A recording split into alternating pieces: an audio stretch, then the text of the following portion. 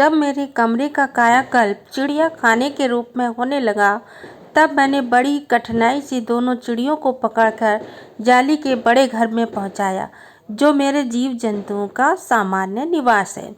जैसा मैंने बताया अभी आपको कि लेखिका के पास बहुत सारे जीव जंतु थे, जिनको वो एक चिड़ियाघर में रखती थी। ठीक है, तो जब ये मोर के बच्चे जब बड़े होने लगे तो उनके जो उसका कमरा था उसका में लेखिका बोले कि जब मेरे कमरे का कायाकल्प चिड़िया खाने के रूप में होने लगा, यानी चिड़िया खाने के रूप में बदलने लगा, कायाकल्प मतलब बदलने लगा, तब मैंने बड़ी कठिनाई से दोनों चिड़ियों को पकड़कर जाली के बड़े घर में पहुंचाया, जहां पर इसके और भी पशु पक्षी रहते थे, वहां पर पहुंचाया, जो जीव जंतुओं का सामान्य निवास है।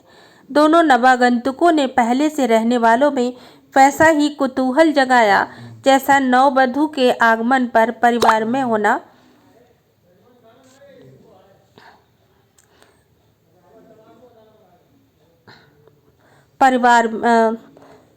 दोनों नवागंतुकों ने पहले से रहने वालों में वैसा ही कुतूहल जगाया जैसा नववधू के आगमन पर परिवार में स्वाभाविक है।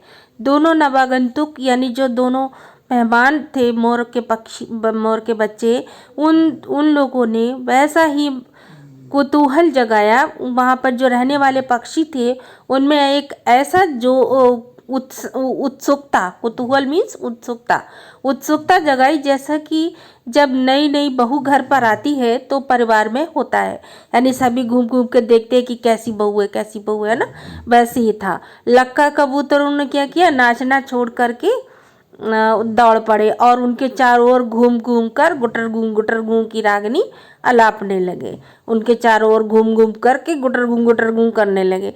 बड़े खरगोश सभ्य सभासदों के समान क्रम से बैठकर गंभीर भाव से उनका निरीक्षण करने लगे, और जो बड़े बड़े खरगोश थे वो सभ्य सभासद होते हैं ना, जो उनकी तरह गंभीर भाव से बैठ करके उनका निरीक्षण करने लगे कि ये कौन आ गया।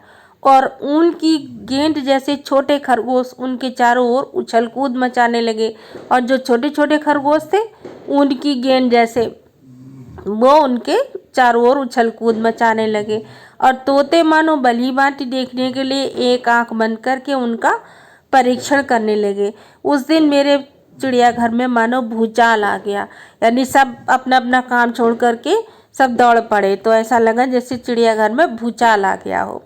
धीरे धीरे दोनों मोर के बच्चे बढ़ने लगे। उनका कायाकल्प वैसा ही क्रमशः और रंगमय था जैसा इल्ली से तितली का बनना।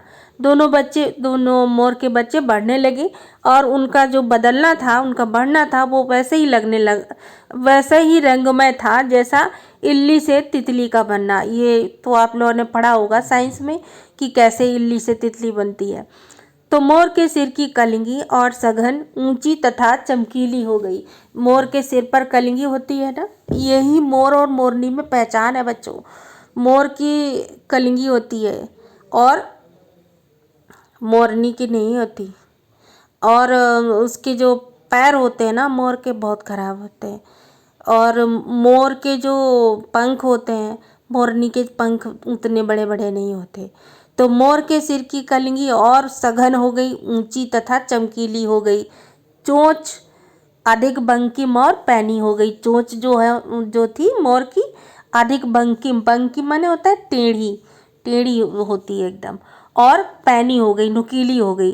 गोल आंखों में इंद्रनी की नीलाभ देती झलकने लगी, और उसकी जो गोल गोल आंखें थी उसमें नीले रंग की, क्योंकि ऊपर नीला नीला होता है ना, तो वो उनकी चमक उसकी आंखों में दिखाई देने लगी। लंबी नील हरित ग्रीवा की हर भंगिमा में धूप चाही तरंगे उठने गिरने लगी, और उसकी जो लंबी नीली और हरी ग्रीवा माने गर्दन, जो नीली और हरी रंग की गर्दन थी, उसकी हर भंगिमा में धूप छाई तरंगे उठने लगी, यानी धूप छाई तरंगे उसमें दिखने लगी। दक्षिण वाम दोनों पंखों में सलेटी और सफ़ेद आलेखन स्पष्ट होने लगे। दक्षिण वाम यानी दक्षिण यानी दाहिनी तरफ के और बाईं तरफ के दोनों पंखों में स्लेटी और सफ़ेद लाइनें लाइनें सी दिखाई देने लगी। पूंछ लंबी हुई और उसकी पंखों पर चंद्रिकाओं के इंद्रधनुषी रंग उद्दीप्त हो उठे। उसकी पूंछ लंबी हो गई और उसकी पंखों पर चंद्रिकाओं के जो पंख आपने देखे होंगे ना, चंद्रमा जैसे बने वो पंखों के ऊपर होता है, इंद्रधनुषी रंग दिखाई पड़ने लगे। रंग रहित पैरों को गर्वीली गति ने एक नई गरिमा से रंजित कर दिया। इसके पैर बहुत खराब होते हैं मोर के, तो रंग रहित पैर जो थे उनको और अधिक गर्वीली गति ने, यानी वो जो चाल थी वो गर्वीली, उसने एक नई गरिमा से रंजित कर दिया, यानी उसकी चाल को और अधिक सुंदर बना दिया। उसकी गर्दन ऊंची कर देखना, मोर जो है ऊंची करके गर्दन देखता है ना, विशेष भंगिमा के साथ उसे नीची कर दाना चुगना, पानी पीना, टेढ़ी कर शब्द सुनना आदि क्रियाओं में जो सुकुमारता और सौंदर्य था उसका अनुभव देखकर ही किया जा सकता है। गति का चित्र नहीं आंका जा सकता।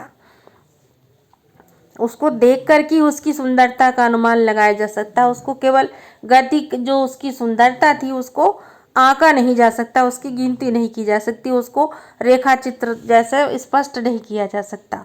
मोरनी का विकास मोर के समान चमत्कारिक तो नहीं हुआ, क्योंकि मोर तो बहुत सुंदर होता है, मोरनी वैसी नहीं होती, परंतु अपनी लंबी धूप छाई गर्दन, हवा में चंचल कलगी, पंखों की श्याम श्वेत पत्रलेखा, मंथर गति आदि से वह भी मोर की उपयुक्त सहचारणी होने का प्रमाण देने लगी। लेकिन उसकी हवा में जो चंचल कलगी थी और पंखों के पर जो श्याम श्वेत यानी काली सफ़ेद जो रेखाएं थीं और मंथर गति आदि से वो धीरे धीरे गति से जो वो चलती थी, वो ऐसा लगने लगा उससे मोर की उपयुक्त सहचारणी होने का प्रमाण देने लगी, यानी उसकी साथी होने का प्रमाण देने लगी।